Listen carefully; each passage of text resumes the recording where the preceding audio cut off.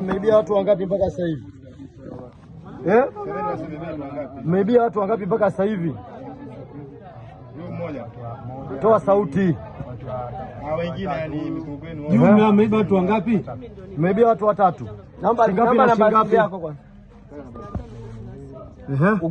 Ukikosea kijifunga. 35.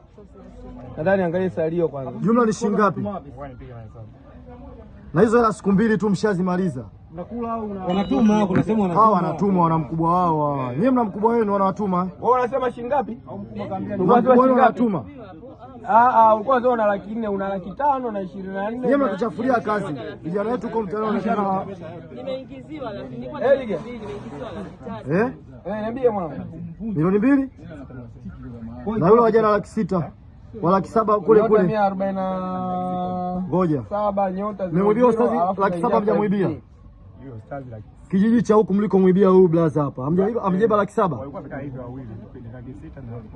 Huku ngoja tunawezi tumewakamata na huku Kirapula amjaiba 700. Tuwapeleke tukawakabidhi kwa huyo mtu aliyeibiwa. Tuwapeleke tukawakabidhi. Na rekodi hapa takutumia waone. Kwa nini unakataa tusiwapeleke na amjaiba? Wamekamatwa Amboni. Kwa nini unasema tusiwapeleke na mjaiba? Wameletwa ofisini hapa Afya. Hizi gari zipo. Hawajatambua. Hela ziko wapi sasa? Angalia kamera. Na matumizi ya kumaliza hela siku moja. Siku moja.